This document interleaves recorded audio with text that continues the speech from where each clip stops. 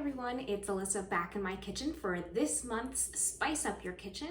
We're trying something a little different, perfect for summer. We are using, this is a curveball, hibiscus.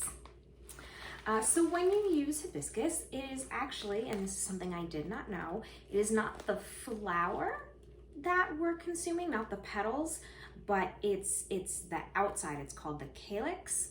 And so that's what covers like the bud. And then when the petals push through, that goes underneath. And this is pretty much the part that we consume when we have edible hibiscus. So when I open up this really big bag from the Monterey Bay Herb Co., in case you're wondering where you can order more, but also a lot of ethnic grocery stores will carry it, so maybe not like your local ShopRite, but definitely where you might get some Asian groceries or Mexican groceries from, you definitely get it there. Or of course, like order it online like I did. But when I open it up, it's not floral, it's tart and fruity. I think a lot of people know hibiscus from maybe tea or a certain popular coffee chain's iced drink, and you're like, wow, that's very fruity. It is. The hibiscus blossoms pieces, they are like, it's like cranberry and pomegranate. It's a little earthy and just the slightest hint of floral somewhere underneath in that earthiness, but it's just really tart and tangy and just a little sweet. I'm actually gonna try a little piece try. I mean, you're supposed to rehydrate them, but you know, I'm gonna try it so you don't have to.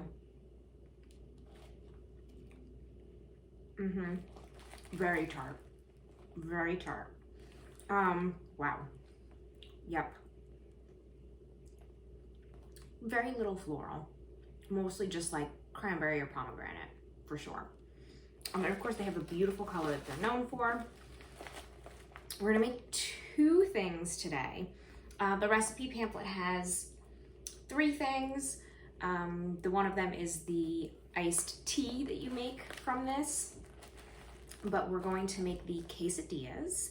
It is a popular meat substitute, and making quesadillas or enchiladas with hibiscus is actually a pretty common thing.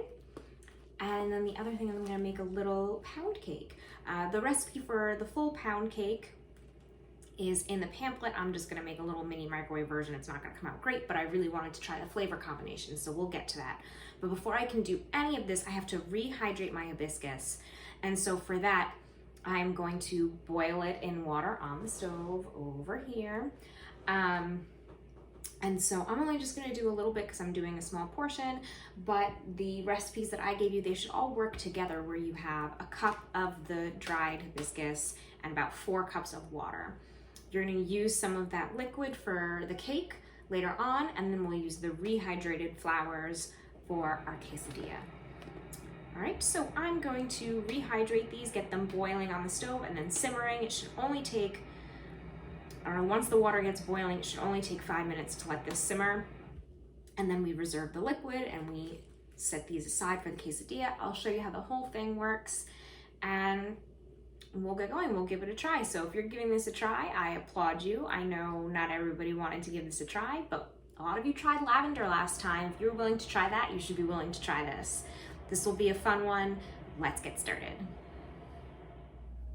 Okay, so as you can see here, I have strained my hibiscus.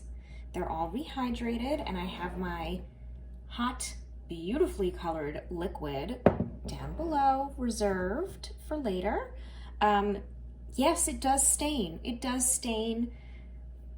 So get your magic eraser out, spray your counter. It'll be good. It comes off, but it will stain if you leave it. So I have some oil in a pan that I am warming up, and I have already chopped up some onions and garlic, and of course I have my hibiscus. So what I'm going to do is I'm going to get the onion and the hibiscus together, and they're gonna start doing their magic. All right, this actually shouldn't take too long. I think that chopping the onions and the avocado and the garlic is the part that took the longest, even though that happened while these were boiling. So I'm gonna they're in the same bowl as the garlic. I'm gonna try to be careful not to get the garlic in here because garlic does burn. I'm gonna get my onions in here, and then I'll put the hibiscus in as well. And let's just get it all in there together. Just don't let your garlic burn. All right. Right, here goes the hibiscus. Just gonna saute this together for a couple of minutes. Woo, look, the onions are turning pretty colors.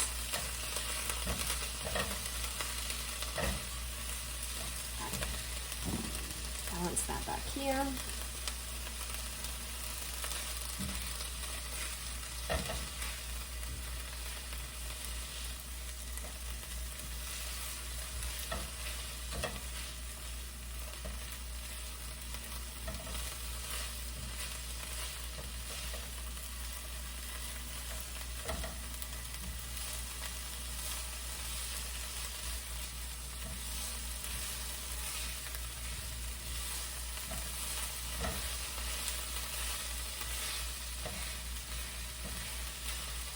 So we want these onions to soften up. We want the flavors to come together.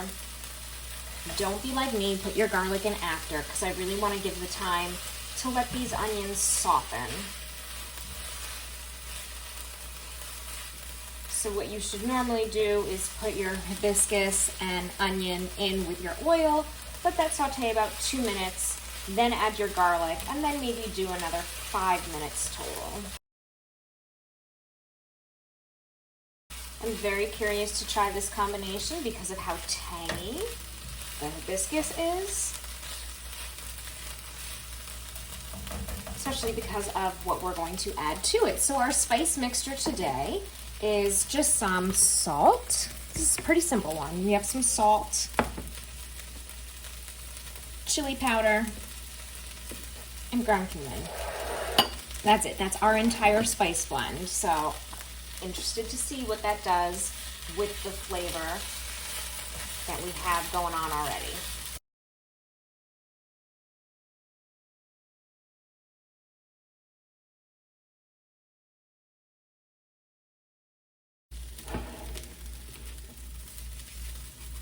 Salt, bring out our flavors.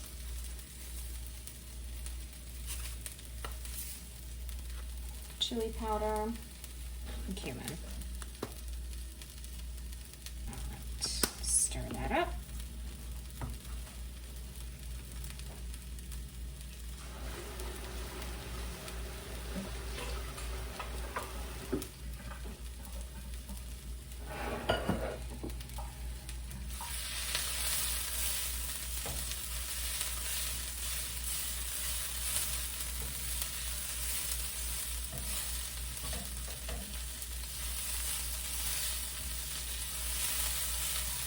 I think I'm starting to get some crispy bits in here, some soft bits. The onions are softening, the flavors are blooming. So I'm kind of curious when they say it's used as a meat replacement, at least in terms of texture, right?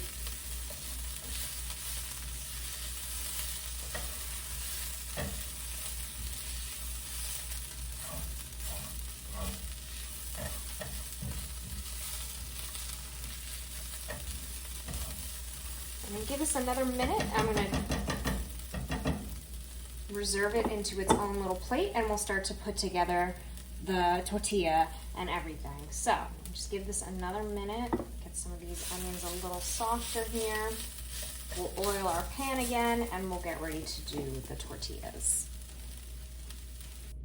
So what I'm going to do next is add a little more oil back into my pan.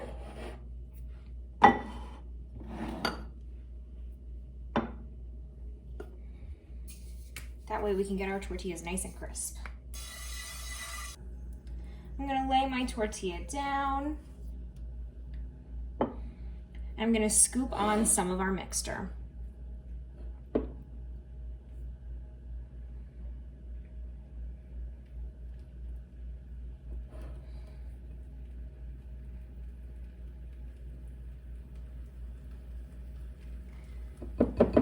On on top of that, I'm going to add some cheese. So the recipe suggests some queso fresco or jack cheese. The store that I went to didn't have either, just had some, like a Mexican blend that does have jack cheese in it. So I'm gonna put that on top here.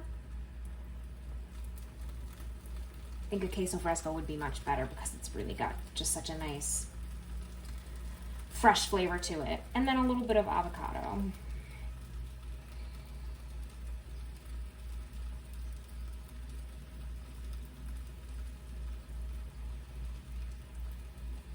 In there, and then I'm going to fold it over. And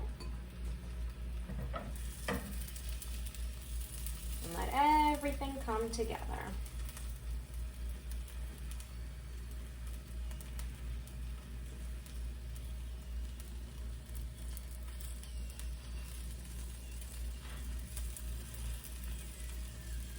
And then I'll do this one more time. I'll come back and taste it, and then we're gonna make our little pound cake.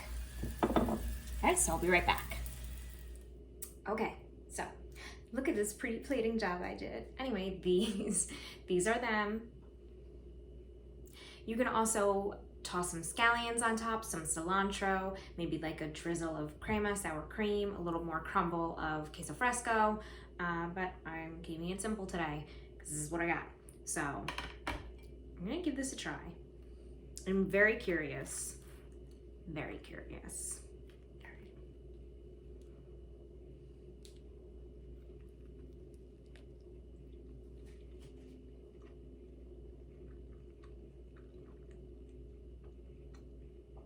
I'm so perplexed.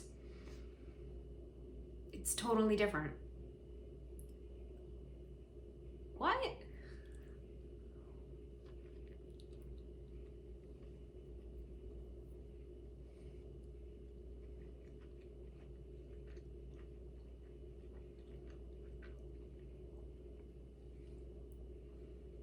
I taste the seasoning, I taste the onion, I taste the garlic.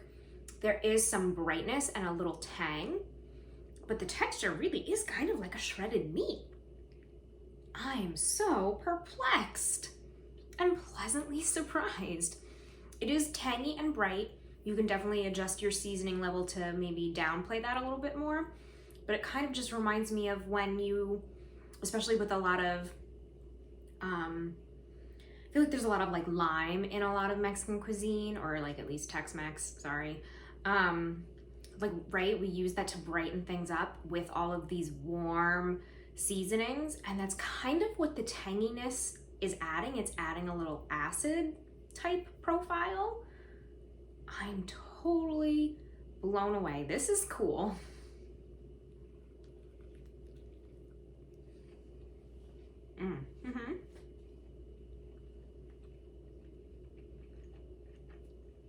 This is really cool. That's amazing. And it just looks so pretty. It tastes great with the cheese. It tastes great with the avocado.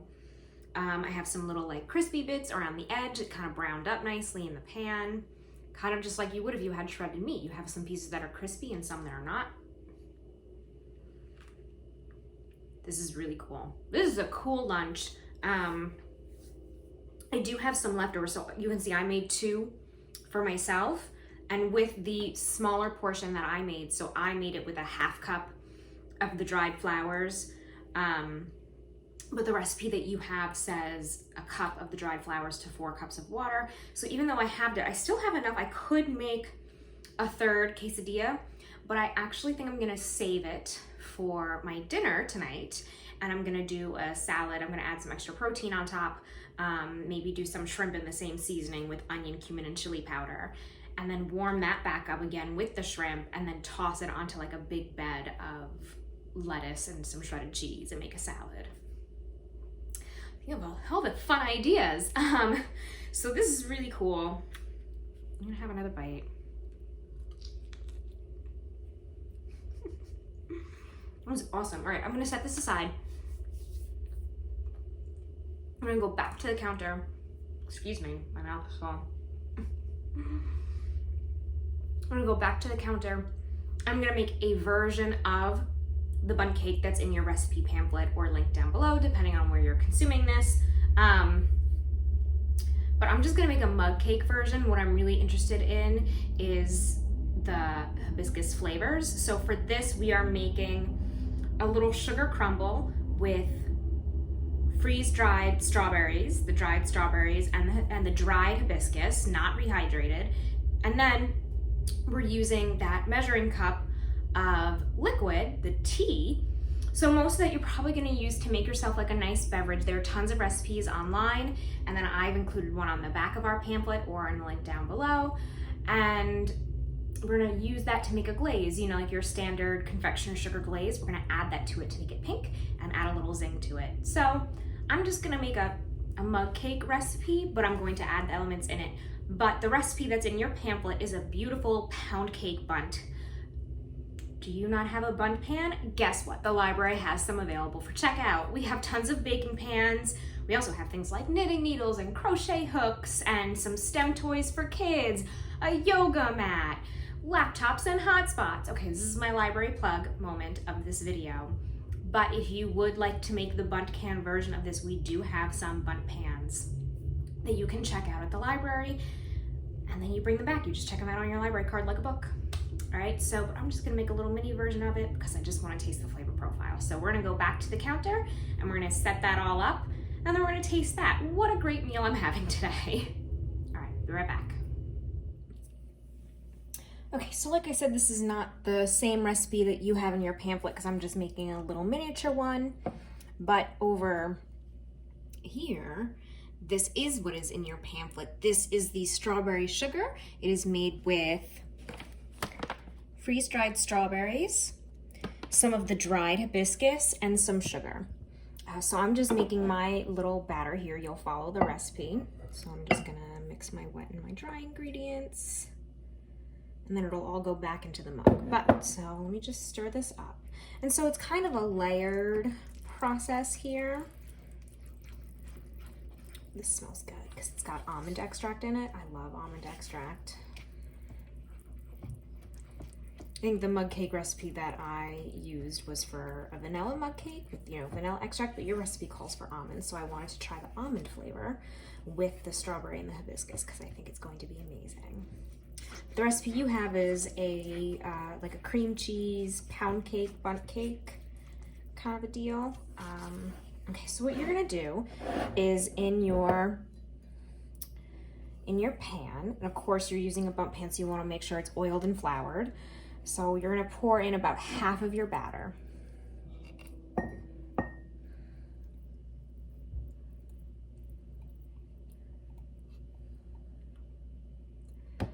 And then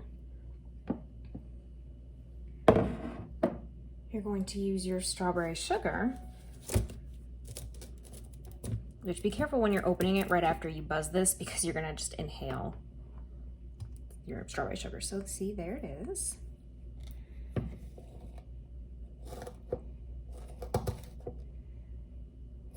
And you're just gonna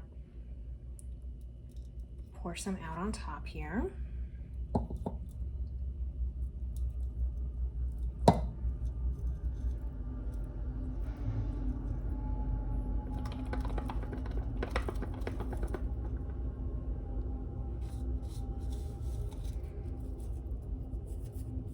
So like that, and then you're gonna add the rest of your batter. So it sits on top, so you have this layer of the strawberry hibiscus sugar, and this is gonna cover that up.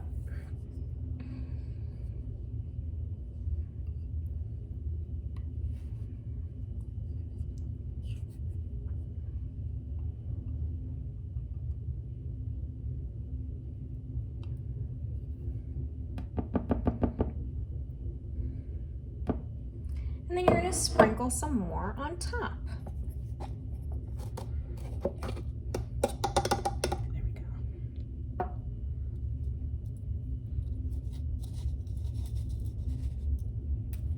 Oops, just dropped a bunch everywhere. All right, you're gonna sprinkle some more on top, and then you're going to bake it according to the instructions in the pamphlet. I think it's like a 350-degree oven for about 50 minutes until a toothpick comes out clean. I'm just gonna put mine in the microwave. I'll be right back. Okay, so what I have here is a very sad mug cake. I don't think this recipe was very good. Yours is gonna look much better than this. To go on top of this, I have some confectioner sugar, the leftover strawberry hibiscus sugar, and we're going to make this into a glaze by adding the reserved hibiscus concentrate. So again, you can make this is tart and delicious and does have a little bit of that, tisane tea, herbal tea kind of brew smell going to it. It's like a little bitter, but in a good way. So yeah, this is a concentrate and you can make your tea out of this, but I'm going to use a little bit of it to make a glaze for my cake. I'm just gonna start with a little bit. Don't want the glaze to be too thin, but you don't want it to be too thick.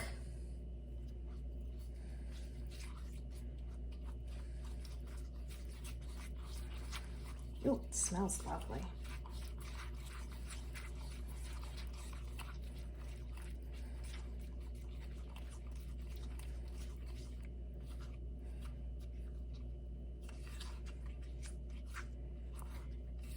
And I would put this on top of your cake after it has cooled well, because then if your cake is really warm still, it's just gonna kind of soak in. I am impatient. My cake just came out of the microwave. I would ideally probably like this a little thicker, but look at this, this is nice. I'm just gonna pour it on top. Ooh. Bet this would taste good on top of ice cream also. See, just all the things that you can do with the little pieces from all of our recipes today. All right, I'm gonna grab a fork. I'm gonna dig into this.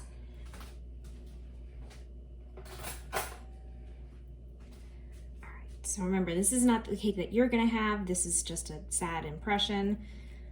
But look, you can see the line of the strawberry and the hibiscus on the inside. And I'm gonna give this a little taste. Gonna drag this through my glaze. It's still really hot in mine, but I'm gonna give this a taste and see what happens.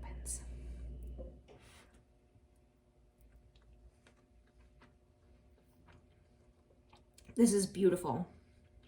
Oh my gosh, I'm gonna show you my face because I'm smiling. Hold on.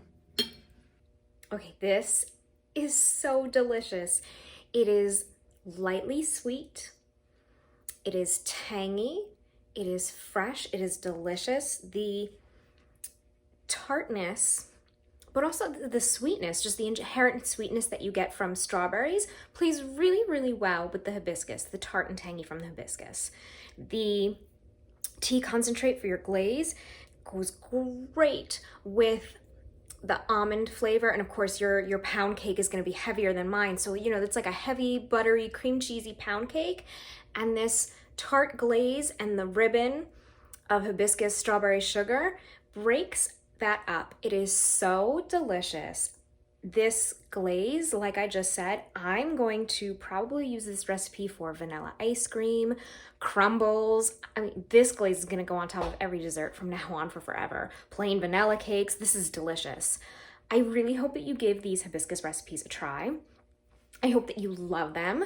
I hope that you are excited to try something new with us here at the library. And I look forward to many more Spice Up Your Kitchen sessions with you in the future. So I'll see you again for next month. Until then, happy exploring, happy cooking, and we'll see you in the library. Bye.